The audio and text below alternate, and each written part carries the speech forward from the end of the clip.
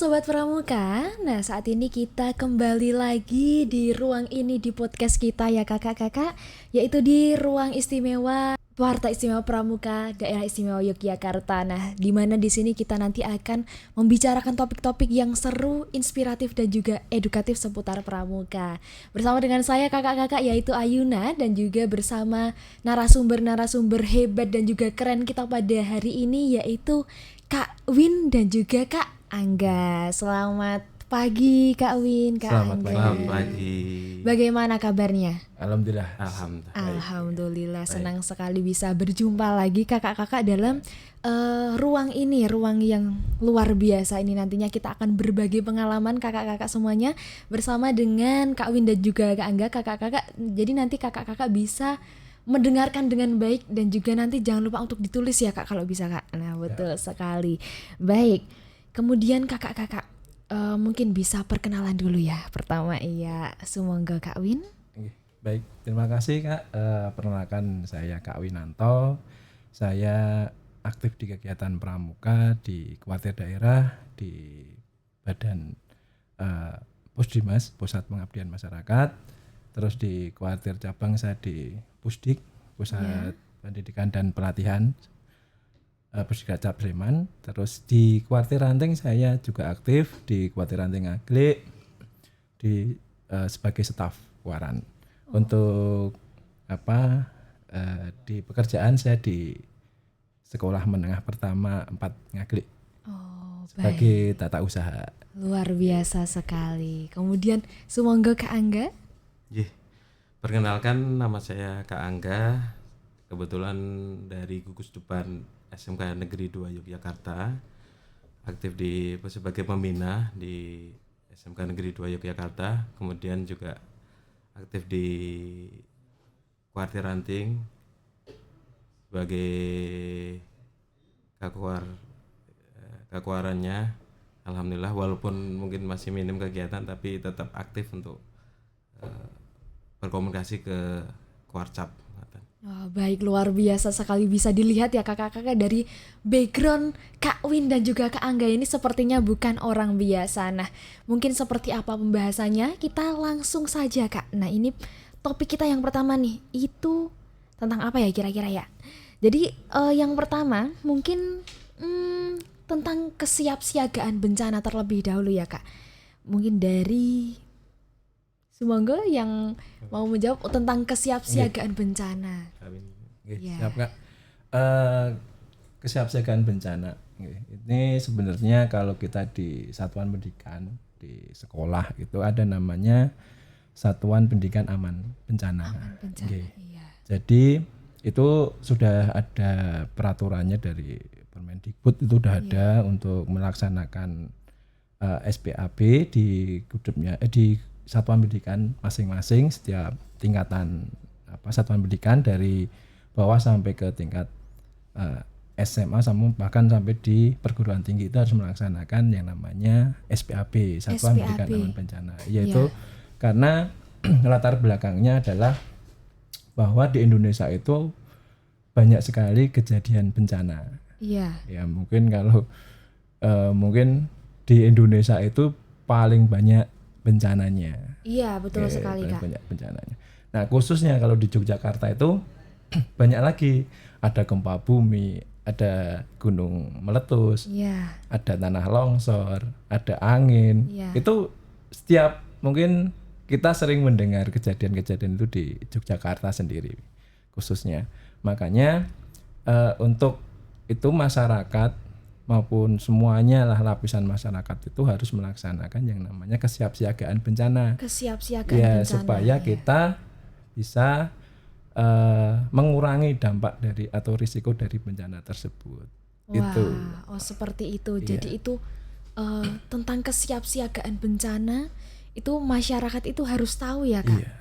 Khususnya teman-teman pramuka juga ya. Khususnya teman-teman pramuka. Iya, jadi berarti ini sudah dilakukan dilakukan pelatihan juga kepada kakak-kakak pramuka.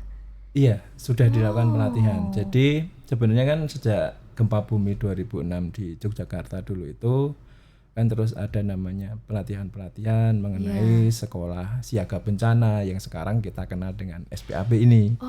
Jadi itu kan awalnya dari sekolah-sekolah, terus ke beberapa tahun yang lalu itu Kuartir Nasional bekerjasama dengan BNPB itu untuk melaksanakan yang namanya Satuan Pendidikan Aman Bencana berbasis gugus depan, yaitu nanti menginkludkan kegiatan-kegiatan SPAB itu ke dalam latihan rutin di kegiatan pramuka. Seperti itu. Jadi sekarang dikenal, kalau untuk sekarang dikenal sebagai gugus depan aman bencana. Gugus depan aman bencana. Wow. Jadi seperti itu. Oh, baik. Jadi ternyata sekarang itu Kak, di era modern ini 2025 ini ada yang namanya gugus depan aman bencana. Mungkin ini kakak-kakak juga baru tahu ya tentang gugus depan aman bencana ini Kak. Dan mungkin saya juga baru tahu ya kayaknya ya. Dan ini juga sudah dilakukan pelatihan-pelatihan dan juga seperti sosialisasi. Iya, kalau untuk di kegiatannya itu sebenarnya Kuarnas sudah melaksanakan yang namanya Pramuka Peduli awalnya. Iya, Pramuka Peduli. Jadi membuat yang namanya Pramuka Peduli. Mungkin kalau Pramuka Peduli tidak asing ya. Iya. Tidak asing di Pramuka Peduli. Terus ada Pramuka Peduli Bencana. Itu juga sudah sering dilakukan ya. Pramuka Peduli itu sudah banyak sekali kegiatannya, terutama kayak kemarin di kegiatan Natal Tahun Baru, terus di kemarin Lebaran itu sangat membantu sekali Pramuka Peduli. Nah, di kebencanaan seperti apa? Nah, di kebencanaan itu nanti masuknya ke ranah gugus depan aman bencana, di mana nanti setiap kakak-kakak pembina ini kan diberikan pelatihan, dikasih pelatihan mengenai materi tentang SPAB, Satuan Pendidikan Aman Bencana itu, agar nanti dalam kegiatan latihan pramuka itu bisa disinkronkan dengan materi-materi latihannya, supaya nanti adik-adik pramuka itu mengenal apa itu namanya bencana, bagaimana mengantisipasinya, dan bagaimana mereka peduli dengan lingkungan sekitar supaya untuk mengurangi risiko bencana tersebut. Gitu. Oh, begitu ya, karena di pramuka itu juga sangat beresiko ya Kak sepertinya. Iya. Sangat-sangat berisiko. Iya. Wah, luar biasa sekali Kak. Ternyata ini materinya juga komplit sekali. Tidak hanya tentang yang mungkin bencana alam saja ya Kak, tetapi segala macam bencana ranahnya. Iya. Kemudian ini Kak Win ini sudah sampai mana aja nih Kak untuk berkibarnya mendapatkan ilmunya? Tadi sepertinya di belakang ini ada saya sempat dengar ya kemarin itu tentang tentang pengalaman Kak Win. Itu yang di mana itu Kak, di nasional itu Kak? Iya, ceritanya gini, dulu itu kan saya itu masuk dalam ranah yang namanya Gudep Aman Bencana. Ini ada prosesnya lebih dulu. Ya, dulu ya memang sempat aktif dalam kegiatan-kegiatan kayak gini.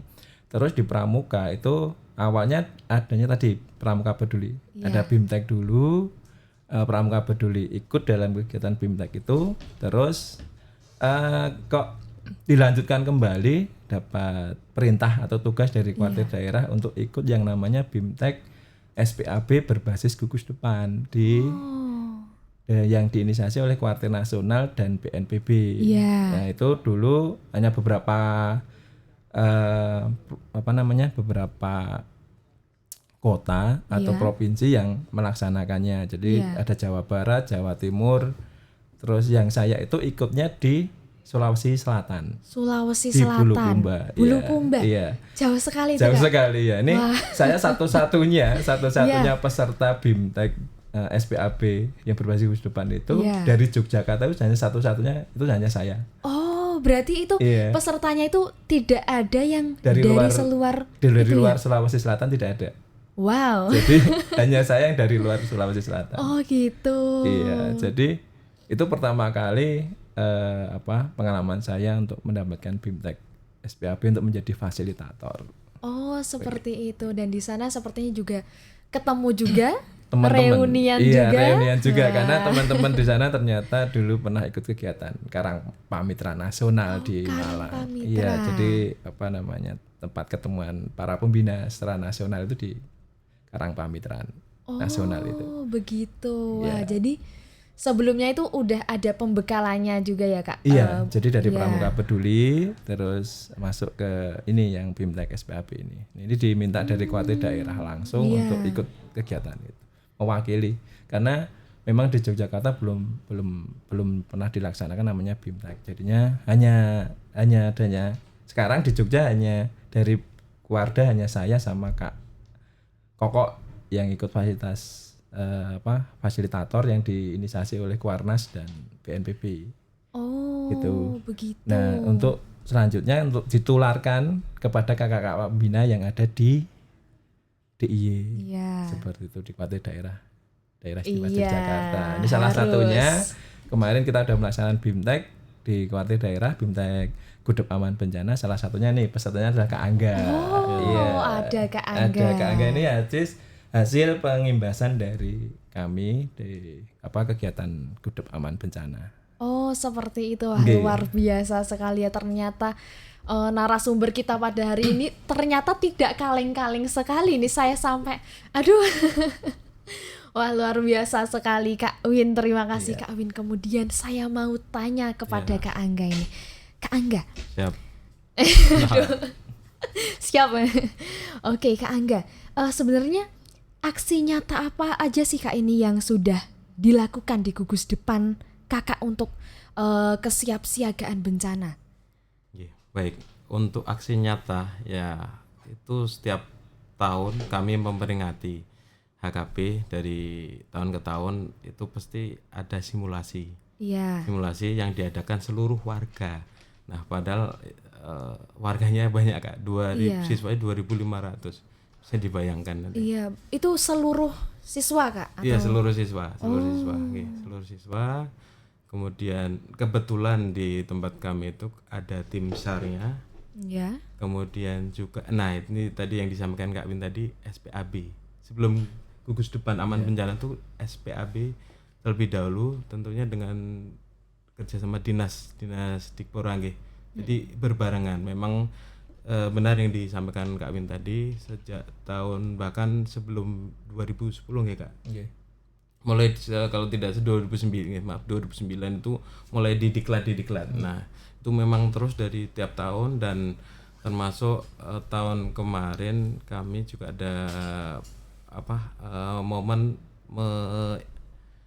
berbagi ke sekolah-sekolah yang di Gunung Kidul, di Kulon Progo dan sebagainya yang lewat program Dikpora. Kami sebagai relawan yang dari Kuarda, kemudian beberapa fasilitator dari gugus depan aman bencana itu ditunjuk untuk membantu untuk ke sekolah-sekolah. Begitu. Berbagi sosialisasi sebagaimana sesungguhnya sekolah aman bencana, gugus depan aman bencana. Karena mengingat memang betul yang disampaikan Kak Win, kita itu Jogja sebagai piloting project yang di sini komplit Kak bencananya Kak. Oh iya, iya sangat. Dari di atas ada, Iya. di bawah ada, di tengah ada. Bahkan Iya. yang sering rame kalau di IG gitu kecelakaan. Itu termasuk itu kan itu juga rawan sebenarnya. Jadi Iya. tidak hanya gempa, kalau itu Iya. kan termasuk ya ada juga kebakaran. Sampai Iya. itu masuk ke mata pelajaran. Nah, kalau untuk di Pramuka sendiri nanti masuk ke larut, latihan rutin. Oh, seperti itu. Jadi Ya. di Pramuka itu juga dibekali banget ya Kak tentang ini, tentang kesiapsiagaannya ini. Gih, kalau sebelum COVID itu kami ketika camping itu pasti ada materi terkait kesiapsiagaan. Oh. Bagaimana mensiasati bencana, karena kan Pramuka notabene di alam. Nah, di alam itu pasti kan dengan angin. Pernah kami waktu latihan juga tiba-tiba angin datang. Oh iya. Itu juga pernah. Atau tiba-tiba waktu itu ada siklon anggrek itu hujan reda kan seperti itu. Oh seperti itu.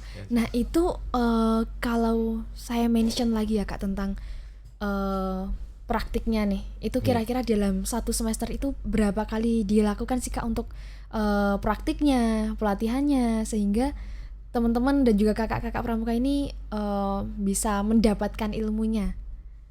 Kalau pelatihannya, untuk pelatihan 1 tahun sekali biasanya itu terkait dengan simulasi 1 tahun. Sebelum itu ketika awal pembentukan tim SAR kan ada tim SAR itu bisa 2 kali. Jadi memang ada latihan gabungan ini jadi programnya. Kemudian karena agenda sekolah yang padat, akhirnya setiap tahun sekali di tanggal 26 April itu. Kebetulan kemarin tanggal 25 karena 26 April sekolah libur. Oh Gitu. iya. Nah, yang harusnya kan pas 26, pas jam 10, tapi mohon izin duluan. Dan dengan dinamakan dan selalu diakhiri di ending dengan mitigasi bencana, mengingatkan bahwa bencana itu tidak bisa direncanakan dan harus siap-siap gitu. Apalagi kami banyak Kak, 2.500 tentu siswa itu nanti ribet mulai dari keluar dari ruangan, kemudian nanti menuju ke titik kumpul yang sementara dan sebagainya.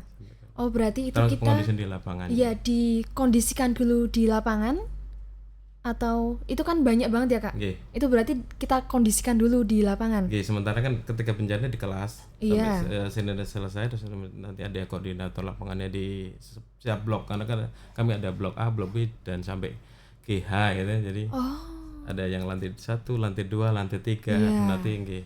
Kemudian juga ada sentral, pakai sentral. Selalu kalau ada apa-apa ada informasi bencana apapun maksudnya gitu. Jadi mulai dari sirine dan sebagainya dan nanti gitu. Sementara ke titik kumpul sementara dulu, terus kemudian kalau sudah dirasa sudah oke, baru ke lapangan yang besar, lapangan Indra Prasta jadi. Yang lapangan SMK 2, SMK 3 itu yang jadi satu. Oh begitu, oke. Nangkep nih saya, nangkep. Ternyata itu tuh sepertinya sepele ya Kak. Karena di sini nanti kumpul, di sini nanti kumpul, itu kalau digambarkan, dibayangkan itu simple. Tapi pada kenyataannya ketika sudah terjadi, itu sangat sulit sekali, apalagi untuk pengendalian diri, terus kemudian untuk pengkondisian masing-masing itu sulit sekali. Jadi memang sangat diperlukan sekali untuk untuk pelatihannya ini ya Kak. Nah ini kira-kira nih Kak, sudah pernah atau belum dalam menghadapi secara langsung bencananya ini?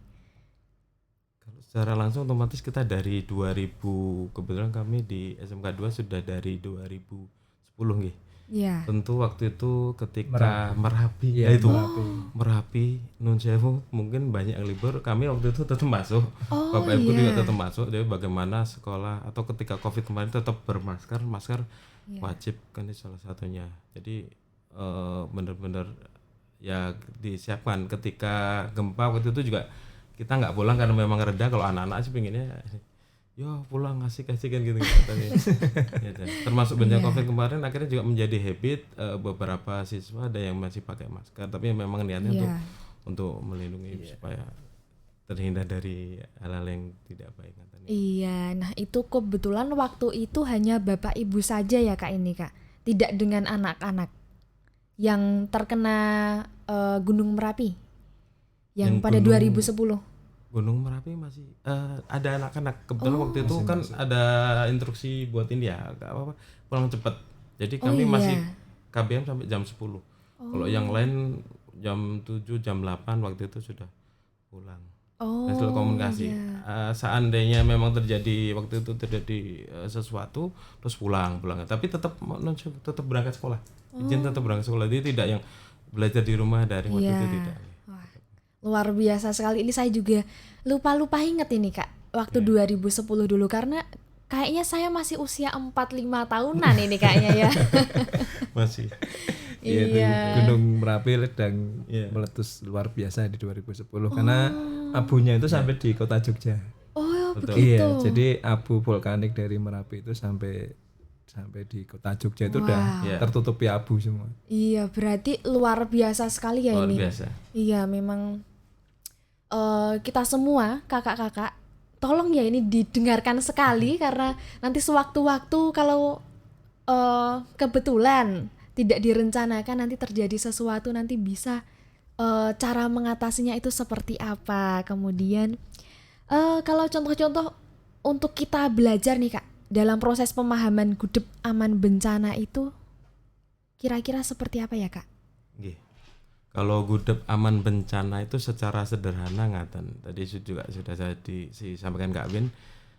Gudep atau satuan pendidikan itu kan tempat belajar bagaimana kita memfasilitasi seaman mungkin, senyaman mungkin para siswa atau di pramuka adik-adik itu buat belajar, buat aman, terhindar dari hal-hal yang tidak diinginkan. Contoh, ketika hal sepele Kak, ketika meja antara anak satu dengan anak yang lain itu kok empet-empetan, itu sangat rawan sekali. Apalagi maaf yang badannya agak besar nanti susah, dan itu juga termasuk menjadi catatan kan. Kemudian jalur-jalur evakuasi, terus nanti titik kumpulnya, kan itu salah satu. Oh, ternyata sesepele meja di kelas itu tidak boleh terlalu berdempetan ya Kak? Iya, nanti kan akses termasuk menutup, jangan menutup pintu jalan. Misalnya ini Kak Min, ini keluar mana? Di sebelah sini atau ke sini? Kalau sini saya ke sini. Sama juga tidak boleh dekat dengan kaca sebenarnya. Iya, tidak kaca. Jadi ini Kak, itu kaca. Karena kalau ada gempa atau itu kan bisa pecah. Iya. Kalau pecah kan jatuhnya pasti ke bawah Kak. Iya, nah itu mungkin untuk ini kan teman-teman kakak-kakak yang masih sekolah itu kadang mejanya itu dekat dengan kaca ya Kak? Iya, malah ditempelin di tembok. Iya, ditempelin. Itu berarti lebih baik untuk dikasih space lagi. Iya, dikasih space. Jadi bisa untuk jalan juga aman dari tadi kalau kacanya sampai pecah. Iya. Oh, seperti itu. Ternyata penataan ruangan itu juga harus diperhatikan. Saya malah sama sekali nggak kepikiran ya ini Kak. Malah baru tahu sekarang ini. Baik. Dengan kegiatan ini kan bisa dikenalkan. Iya, ini sangat bermanfaat sekali sih Kak. Apalagi untuk saya yang notabene juga masih mahasiswa. Jadi mungkin nanti kita sama-sama ya kakak-kakak yang masih sekolah, semoga untuk bisa digerakkan lagi. Untuk Bapak Ibu guru nanti mungkin yang meja kursinya masih berbentuk U mungkin ya Kak, nanti bisa dikasih space lagi. Karena kan ada bentuk U nih Kak, anak-anak SD. Iya, seperti macam-macam itu. Kalau di SD itu bentuknya macam-macam kayak Iya. gitu. Ya, jadi ya itu bentuk kita kembali lagi ke tadi yang namanya 3 pilar ya. Fasilitas aman, terus ada namanya manajemen manajemennya, terus ada yang ketiga itu adalah tentang pendidikannya. Iya. Jadi ini 3 pilar yang harus benar-benar dilaksanakan oleh sekolah. Nah, untuk bagaimana para peserta didik itu dalam berkegiatan, entah berkegiatan yang secara formal, pelajaran formal maupun yang non formal itu bisa selamat, aman lah kayak gitu. Jadi memang harus diperhatikan. Karena beberapa sekolah itu kadang tidak memperhatikan. Jadi plafon itu dicek apa enggak. Ternyata tahu-tahu plafon itu di atas sudah dimakan rayap ada atau mungkin sudah lapuk gitu loh. Nah, tiba-tiba kalau nanti ada gempa bisa langsung jatuhin para peserta didik. Itu dengan adanya mitigasi, makanya kita bisa lihat fasilitas aman sekolah itu seperti apa. Ini sekolah kita aman apa enggak. Ya, terus ada juga sekolah yang udah mulai pada perubahan kontur. Jadi kayak ini gentingnya itu udah berubah. Ya, awalnya rata jadi udah melengkung kayak gitu ada juga kan. Jadi itu ada. Jadi kalau kita tidak pernah memperhatikan, ya dikiranya baik-baik aja. Ternyata itu kalau nanti terjadi gempa bumi yang agak besar ya kemungkinan bisa roboh dan sebagainya. Kayak gitu. Itu. Jadi memang kita harus ajarkan ke peserta didik untuk peduli salah satu minimal di ruang kelasnya masing-masing. Jadi bagaimana mereka bisa menata layout di ruangan itu biar aman kalau ada terjadi bencana. Begitu. Oh, baik. Luar biasa sekali ya kakak-kakak. Nah, kemudian nih Kak, kira-kira kan peserta didik udah pada melakukan. Kemudian mungkin peserta didik juga menularkannya ilmunya kepada temannya, keluarganya dan juga masyarakat ya mungkin ya. Dan mungkin peserta didik juga secara langsung jika ada bencana nih, mereka langsung bisa mengatasinya. Dan kakak-kakak pramuka ini kan ada yang namanya rewards ya. Kita selalu ada rewards di setiap kegiatan dan juga setiap pencapaian teman-teman pramuka. Nah, itu kira-kira rewards yang diberikan kepada kakak-kakak yang telah melakukannya mencapai ini tuh berupa apa ya Kak? Apakah berupa bed atau berupa apa? Ya, untuk masa reward kegiatan gitu. Iya, Karena kita kan latihannya menyinkronkan dengan SKU dan SKK. Iya. Jadi basisnya kegiatan kita adalah SKU dan SKK. Iya. Jadi nanti kita sinkronkan materi-materi. Misalnya nih mitigasi ya. Mitigasi itu adik-adik kita ajak untuk bikin peta-pita sambil keliling ya, keliling sekitar sekolah. Mereka bisa melihat apa sih potensi yang akan ancaman yang akan terjadi jika di lingkungan sekitar sekolah mereka. Itu nanti mereka sudah dapat, misalnya kita kasih mereka sudah bisa menyelesaikan SKU tentang ini kayak gitu. Terus misalnya SKK berkemah gitu, kalau mereka bisa bikin bivak, bisa bikin tenda. Itu ya kita kasih bed berkemah gitu. Jadi kan sebelumnya mereka sudah bisa mempersiapkan. Jadi dalam persiapan itu kita juga bisa menyampaikan tentang tas siaga bencana. Apa sih harus dibawa, yang harus di dalam tas siaga bencana itu apa gitu. Jadi mereka akan tahu, paham.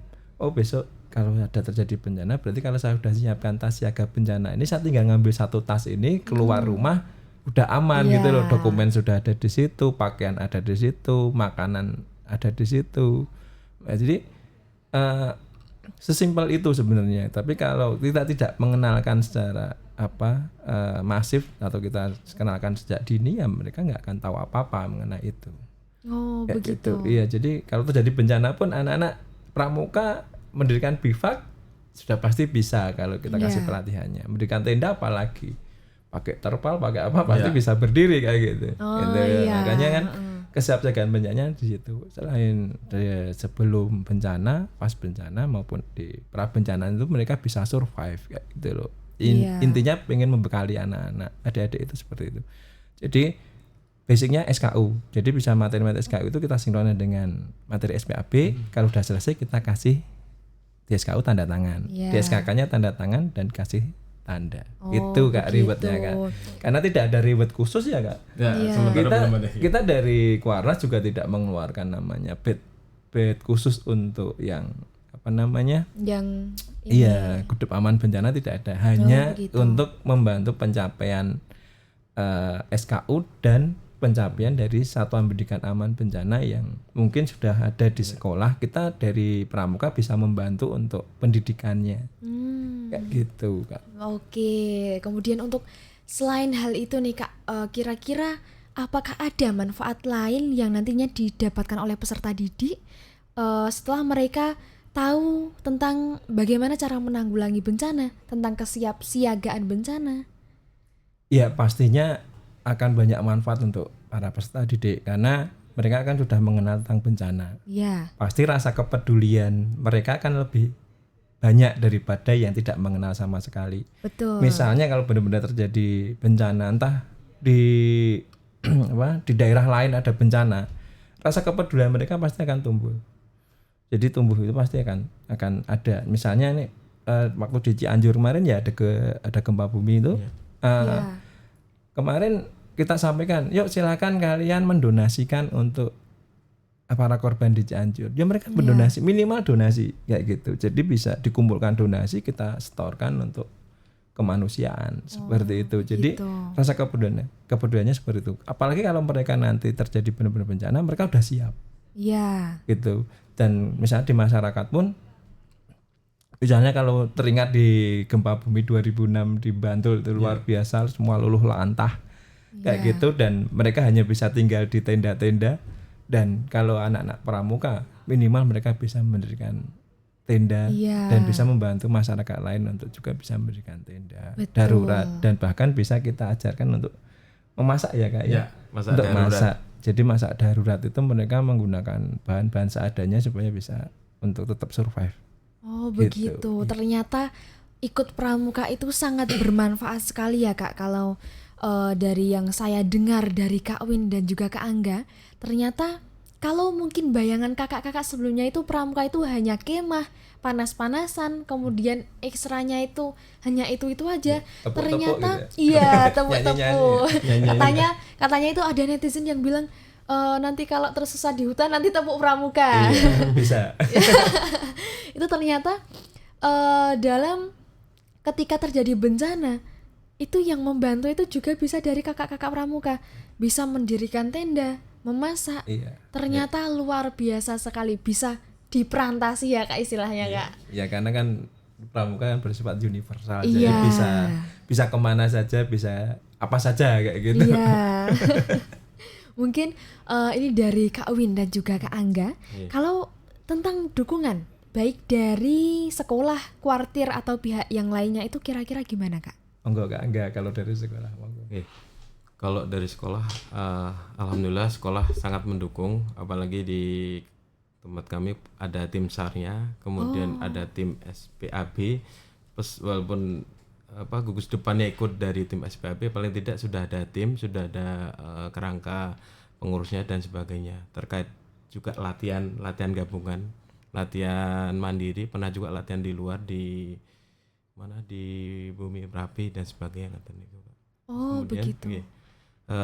Terkait pendanaan, nah kemarin memang sering latihan termasuk masa tadi yang masa darurat, masa besar memang seolah-olah terjadi bencana. Tapi itu ya gitu. Sementara kalau masa itu ya waktu itu teman-teman tim SAR-nya kan ya dengan peralatannya, alhamdulillah kami juga punya peralatan masaknya, kemudian ada beberapa tenda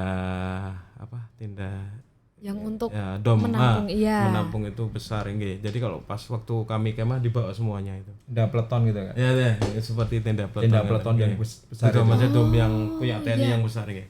Itu tidak satu, ada 6 nggih. Lebih dari itu. Iya. Jadi, itu kira-kira yang masak siapa ya Kak? Saya jadi kepo ini. Tadi kan dijelaskan ada yang masak gitu kan. Yang masak tentu dari teman-teman tim SAR. Otomatis kalau yang otomatis semuanya wajib masak. Nah, ketika di Larut juga siswa atau adik-adik diminta latihan memasak apapun itu, walaupun mohon maaf masih hafalan ya gitu, pakai bumbu instan atau apa, paling tidak paham kalau ada tempe itu diapain. Ya, perlakuannya. Ada yang macam-macam, ada yang dioseng-oseng, ada yang bisa masak nasi ya kan.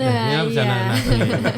Nanti bisa digoreng. Ya, atau kalau nggak ada wadah kan di pramuka jadi diajarkan masak pakai batok kelapa. Ya, pakai kelapa kayak gitu bisa untuk masak. Nanti jadinya nasi uduk kayak gitu. Oh, begitu. Luar biasa sekali. Ya, kan? Terus itu tendanya itu sebesar apa ini Kak kira-kira Kak? Ya tenda peleton itu Kak. Ya, tenda yang digunakan dengan untuk peleton-peleton kayak di tentara kayak gitu itu. Oh, wow. Selain juga itu ada tenda SAR sendiri juga. Ya ada tenda yang mungkin dari BNPB atau BPBD kayak BPBD gitu. Itu juga harus punya ini Kak. Kalau anak-anak atau adik-adik itu tidak kita latih atau mungkin dari tim siaga bencana tidak pernah latihan mendirikan, itu juga susah Kak. Jadi memang itu harus perlu latihan. Makanya kalau di pramuka itu bisa latihan mendirikan itu bisa ya Kak. Ada waktunya. Jadi pas latihan yuk kita latihan mendirikan tenda ini. Apalagi penegak ya Kak ya. Ya, penegak. Oh, penegak itu luar biasa. Untuk itu narik, karena kita harus narik Kak. Jadi tiang itu harus ditarik bersama-sama itu Kak. Kalau enggak bisa berdiri. Oh, begitu. Tidak bisa satu orang. Nggak bisa satu orang. Jadi gotong royong benar. Tapi ada yang bantu, kita cuma ngarahin gitu. Oh, seperti itu. Jadi memang kita menanamkan pendidikan itu di kegiatan pramuka seperti itu. Gotong royong itu pasti. Iya, wah, luar biasa sekali. Kalau dari pihak yang lainnya nih Kak, bagaimana kira-kira? Kalau saya sih gini, kemarin kita melakukan kegiatan kayak misalnya kegiatan Bimtek Pramuka Peduli, itu kita kerjasama dengan PMI, kerjasama dengan Tagana, dengan BPBD sendiri, itu untuk untuk pelatihan-pelatihan tadi. Misalnya kalau dapur umum kita bekerjasama dengan Tagana. Oh, Tagana. Iya, jadi Tagana kan mengajari semua bagaimana memasak di tempat kebencanaan itu seperti apa. Jadi diajari di situ. Terus nanti kalau dari PMI itu mengajari tentang pertolongan pertamanya, membidai gitu, membidai dan sebagainya. Kalau nanti ada orari dan sebagainya itu untuk komunikasinya pakai HT, bagaimana kan kemungkinan kalau dalam kedaulatan bencana itu mungkin komunikasi akan terputus ya Kak, kayak gempa bumi di 2006 itu nggak ada sinyal sama sekali gitu bahkan listrik mati mati dan akhirnya hanya bisa radio yang Ya. bisa komunikasi. Makanya diajari juga untuk bagaimana komunikasi lewat radio. Oh, Gitu. Itu iya. diajari juga di pramuka. Iya, berarti tidak hanya satu lingkup saja tentang kebencanaan saja, tetapi juga mendatangkan dari yang lainnya. Iya, jadi kerjasama seperti itu supaya Iya. kita kompetensinya bertambah. Iya, betul. Iya. Dan kemudian Oke. Kemudian nih Kak, yang menarik itu kira-kira ada nggak Kak ide kreatif yang dilakukan di gugus depan dalam penerapan gugus depan aman bencana? Kalau gugus depan alam bencana, alhamdulillah yang paling baru kemarin adik-adik mencoba bikin pendeteksi Pendeteksi. gempa, Wow. nih. Gempa, terus kemudian ada pendeteksi asap Iya. itu. Terus kemudian ya itu kebetulan yang gelar karya jurusan TAV. Oh. Kalau yang lain masuk mapel umum berarti masuk ke IPAS. IPAS itu ada mitigasi bencana dan itu setiap siswa wajib ada foto, video. Jadi keliling sekolah Iya. kami berikan peta. Silakan dilihat sekaligus kita susur sekolah barangkali ada yang kelewat. Seringkali bencana itu misalkan seperti ada tempat-tempat yang itu ternyata masih ada bongkahan kayu atau apa itu kan mungkin juga perlu dikondisikan, karena di sekolah kami kalau ada apa-apa misalkan ada pembangunan apa pasti ada informasi dari sentral kepada seluruh warga sekolah, Bapak Ibu dan para siswa sekalian untuk hati-hati karena jalan juga baru diperbaiki atau bagaimana, termasuk biar aman dari ketika anak terlambat itu motor wajib dituntun. Oh Jadi iya. kalau terlambat kan Iya. mesti Iya. ngebut itu istilahnya. Iya. Selain itu juga ada kalau di jurusan teknik kendaraan itu ada pelatihan terkait kebakaran. Jadi di situ ada pelatihan yang masuk ke mata pelajaran jurusan. Oh, seperti itu. Itu berarti kakak-kakak dari SMK ya Kak ini Kak? Ya, SMK. Wow, luar biasa sekali. Saya langsung terkejut kok bisa bikin, ternyata dari SMK. Luar biasa sekali ini pelatihannya. Dan tadi juga yang tidak Kak, yang MIPAS tadi ya? IPAS. Mapel IPAS gitu memang ada terkait dengan mitigasi kebencanaan karena Ya. ada materi tata surya dan sebagainya. Itu tugasnya itu terkait tata kerawanan, pemetaan sambil ngecek jalur evakuasinya masih ada apa enggak, Wow. bener apa enggak. Iya. Karena siswa itu kan banyak yang kreatif Kak, jadi Iya. arah sana diputar balik itu Iya. membuat takutnya ada yang disalahkan. Iya, disalahgunakan. Yang sering kali Indonesia tamu itu kalau baru datangnya kemana ya arahnya. Iya. Itu PR juga itu ketika bencana tamu nggak tahu itu kan Iya. pentingnya rambu-rambu ya. Pentingnya rambu-rambu itu. Itu juga kalau di lebih simpel dalam kegiatan pramuka itu ya tapi tadi ya peta ya. Betul. Jadi dalam bikin peta-peta misalnya Iya. peta-peta, peta lapangan dan sebagainya itu juga dimasukkan dalam namanya peta risiko bencana. Risiko bencana. Iya. Jadi adik-adik itu diminta untuk membuat peta risiko dari ruangannya, minimal dari ruangannya sampai ke titik kumpul. Jadi mereka kan paham. Terus di ruangannya itu panel-panel listrik ada di mana, Ya. atau mungkin nanti mereka tahu bagaimana apar tadi ya. Ya, apar aparnya itu di di mana mana. letaknya. Jadi kalau ada kebakaran mereka akan paham. Iya. Nah ini lucunya kemarin tuh di tempat saya mereka kan keliling-keliling lihat apar. Iya. Laporan ke saya. Iya. Kak apa? Aparnya sudah kadaluarsa.